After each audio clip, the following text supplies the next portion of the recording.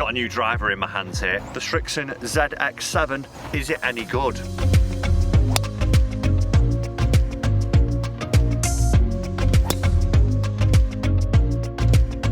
Four categories we need to look at. Number one, performance is obviously key. Feel, sound, looks.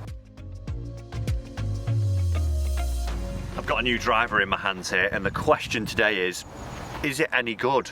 Because it's a company, Srixon, that I think the last time I hit a Srixon driver is well over 5 years ago. And I think with Srixon themselves, they're not out there that much. We see the balls are absolutely fantastic, from the Z Stars, the Q Stars, AD 333s, soft feels, even the distance golf balls. They do amazingly well. But the clubs, we don't see them in that many golf stores, and generally we don't see them that much out on tour. But today we're going to try the Srixon ZX7 and find out if it is any good. First, we're going to give it a little bit of a test out on the golf course, then we're going to get some numbers on it to see how it stacks up when we are using it. But interested to give this one a go and see how it goes. It's one that I think there's a lot of talking around. Let's give it a go. So how are we going to judge and answer the question if it is any good? Well, I think there's four categories we need to look at. Number one, performance is obviously key. How is it going to perform? Are we getting similar distance to other drivers out there on the market? How does it handle in terms of curvature? Then we've got to look at, for me, the other three categories, which are all very much what you've got to decide. If you were to go and try this driver, you've got to decide whether you do like it on feel, on sound, and on looks. What does it look like when we put it behind the golf ball? Even looking at the bottom of it, the clubs, I know that sometimes that puts people off buying golf clubs, what it looks like when they actually see it up in the stand, what it sounds like, tinny, soft, hard, whatever it may be, and then what it feels like. And obviously the feel can all come from different shafts and things like that as well. But let's give it a go. A little bit about it before we go.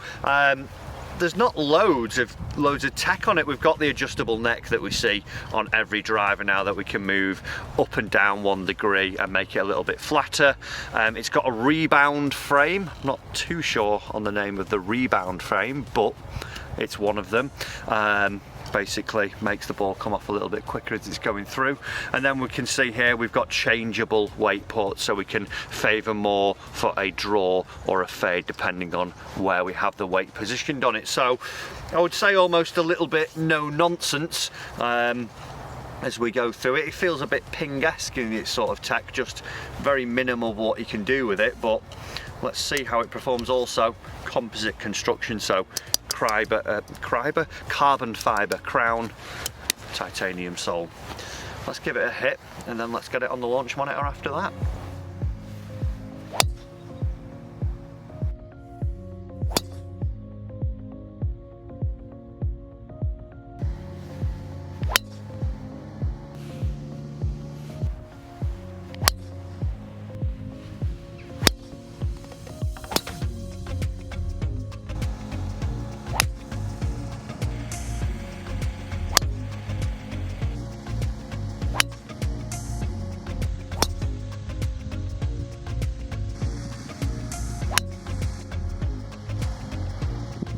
Okay, so initial testing done there, 10 balls hit, and to be fair, I've hit quite a few of them down the fairway. Just glancing down there, I think it's 7 out of 10 on the fairway, which isn't bad stat to start off with. Give these a score out of 10. So looks wise, behind the golf ball, I would give it a 9 out of 10. That really suits my eye. There's not anything really offensive on top of it.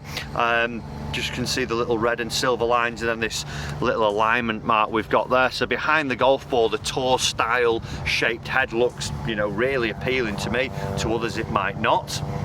Sound wise, it had an air of tinniness to it, only a tiny bit, and that's just me. Some people might find it sounds a little bit different, but just sounded that little tinny. So I'd give it 7 out of 10. It still sounded pretty solid. I think anything with a carbon crown nowadays and titanium isn't going to sound like the old drivers that used to sound like frying pans being hit, but sounds pretty decent. Feel wise, I was very impressed with the feel, and again, anything personally, I prefer a driver head that is of the carbon crown and the titanium frame.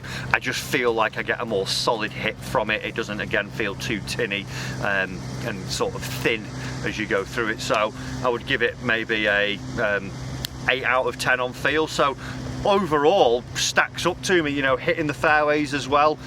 That might have a little bit of a sway in it when I've not been driving my driver too great at the moment, but time to get it on the launch monitor and see how it performs. It is an interesting one, this driver. Like I say, you don't see it in many retailers over here. American Golf, like the main stockist, we don't see it in those stores, so that's probably why, you know, it's not in the eye of so many people. But so far so good. I am rather impressed by this driver, but let's see how it stacks up on the launch monitor and see like it's going like other drivers. Let's head over and hit some. Okay, so we're going to hit 5 balls now on Foresight GC2, get some numbers. My average driver numbers, 285 yards of carry with 163 mile per hour ball speed, and looking for round about 2,000 revs of spin. If I can get anywhere near with this, I'd be very, very impressed. We're on the 17th hole, 5 balls, let's go.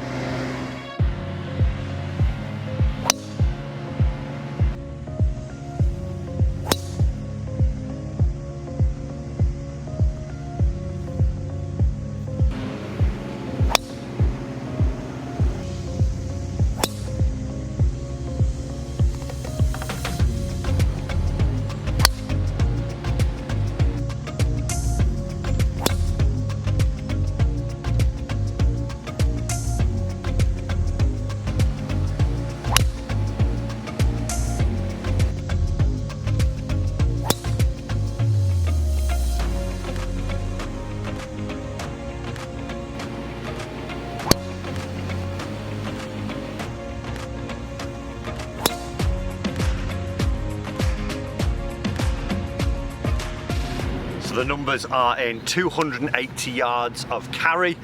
Last ball really let me down there, 267 yards. Ball speed 160, spin 1,876 revs. So is this a good driver? Yeah, it is a good driver. Like for me, like I say, personally it suits my eye. The numbers are pretty much what I would expect it to be. So I think if you ever get the chance to try a Srixon driver, or if you're in the market for a new driver, definitely add the Srixon into the mix. Like I say, we don't see a lot of them around. It may take a little bit of hunting for you to locate a fitter or a retailer that does them, but it's something that's stacking up against the other big boys, so give it a go. Guys, I'm actually going to play, I think, a few more holes with this one, and it might find its way into my bag because I enjoyed that one. Thanks for watching. See you in the next video.